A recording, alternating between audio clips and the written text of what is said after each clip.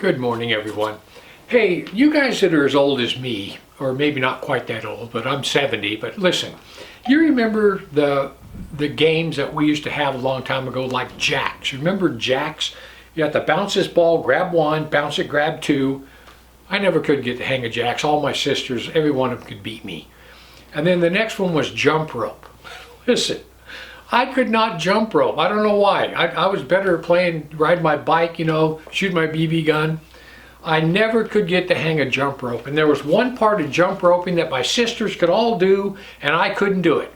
And that is, two of them would be doing this with the rope, and you would have to jump in while they're doing it. You would jump in, jump, and then jump out without tangling the rope up. I never could do it. Well, listen, I want to talk to you about that when it comes to sin.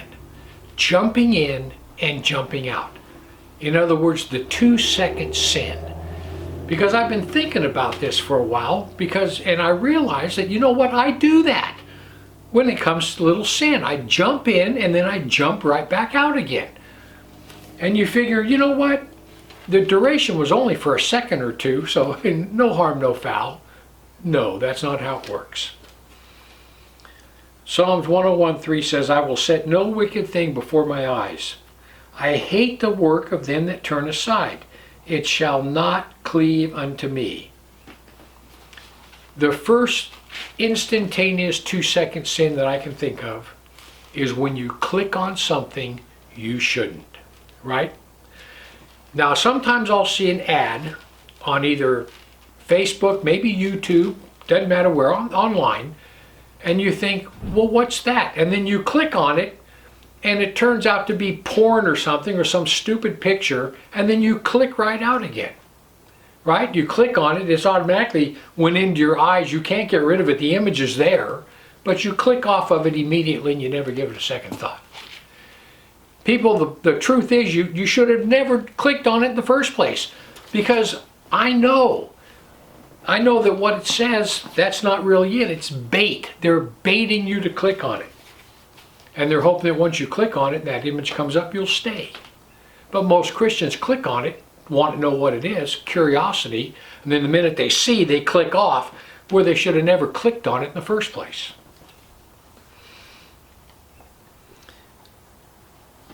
The next one that seems harmless is the conversations that you have. Something will come up, you'll start talking about somebody, and you know you shouldn't, so you instantly quit after about a minute or two. You know, I got this one turkey that lives down the street. We're not going to say his name. He may watch one of my videos one day. But listen, the guy, he's the neighborhood nosy dude. He's always sticking his nose into someone else's business. Well, listen, we got a guy down the street, and he's a really nice guy. The guy works hard, and he has a street sweeper. He has a street sweeper business. Well, Turkey down the street, from his house, he can look down about 4 houses and see this street sweeper, and he doesn't want it parked on the street. And so he's constantly giving the guy static about putting his street sweeper on the street. And listen, the guy works hard. He comes up and down my court. He keeps my courts clean all the time. Whenever he refills his thing up or adjusts his street sweeper, he comes down to my street to test it. I always have a clean street. But Turkey down the street just can't leave it alone. So what does he do? He calls the county. He calls the county, and the county guy comes out, and he complains about the street sweeper, and the county guy says, look, it's got a license. He can park it wherever he wants. So while the county guy's here, the county guy goes walking up and down the street, and he writes every single person up that's got like an RV on the side of their house, or something else parked on the grass or whatever. He writes everybody in the neighborhood up because this turkey didn't like the street sweeper. So anyway, I've gotten to where if I see his garage door up, I don't even want to walk by his house, because all he does is come out and start talking about all the other neighbors. And I got another neighbor that lives down the street, and she came over and she asked me if I was having trouble with this one neighbor. And this one neighbor that lives between us, her dogs are always barking. Always. There's nothing you can do about it. You got barking dogs. But still, the fact that you sit there and talk about a neighbor, even though it's only for a couple of minutes, is not right. It's not right. You're supposed to bless people, not talk about them behind their backs. But everybody has this ability to jump into a conversation, say one or two things, and go, ah, that's wrong, and jump right out again. The 2-second sin.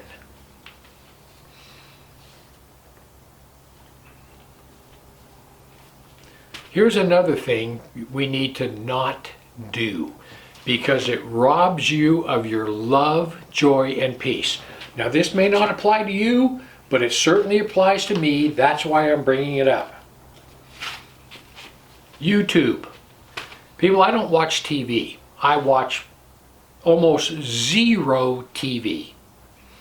The other night, Thursday night, I was sitting around and I did watch the Dallas Seahawks game. But other than that, I watch no TV. But I do watch too much YouTube. So listen, I don't know if you've ever seen this show on YouTube. If you have, don't even watch it. You'll get hooked on it, and it's not good. But it's called Hardcore Pawn. And it's about a pawn shop in Detroit, and they have the most low-life customers you have ever seen in your life. I mean, they'll have people come in and try to scam them. People try to get out merchandise without a ticket.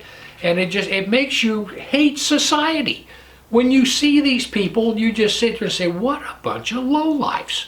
And it robs you of your love, joy, and peace. And another one is police videos. I watch police videos, and there's two kinds. One police video, the police steps all over this person's constitutional rights. The policeman, like they'll walk up to somebody in the park and say, give me your ID. You don't have to give any cop your ID unless you're driving a car. You don't have to give them your ID. And the police try to bully them into it, this, that, and the other. Well, anyway, you watch those videos enough, it makes you hate cops. And then on the other side of the coin, you watch some where cops are pulling over drunk drivers, and the drunk drivers are just arrogant turkeys. And then you feel sorry for the cops because they got to deal with these kind of people. But guys, listen. Another one is road rage. Watching road rage videos. That makes you it makes you want to carry a gun so you can shoot people. And the next one is, flash mobs.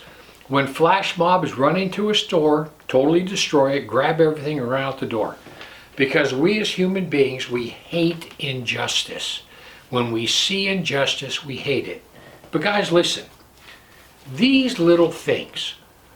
Don't watch anything that stirs up your anger and robs you of your love, joy, and peace. I've had to cut back immensely on everything that I watch. If it's not a religious video, somebody that I really like L.A. Marzulli, Tom Horn, people like that, I don't even click on stuff anymore because I know it's going to make me mad. There's nothing wrong with it in itself, but it takes away your love, joy, and peace. So guys, listen. The little 2-second sin, right? Click on it, you know it's wrong, click off. Don't click on it in the first place. When that turkey neighbor wants to talk about another turkey neighbor, don't even get involved in the conversation. Because when you're not there, he's probably talking about you as being the turkey. So anyway, guys, listen. I hope that makes sense. I hope you guys all have a blessed week. Just remember, you need to put your faith and trust in the Lord Jesus Christ. If you do that, you will live on into eternity. If you don't, you won't. Anyway, heaven or hell, you choose. Just remember, once you take your last breath, it's a done deal.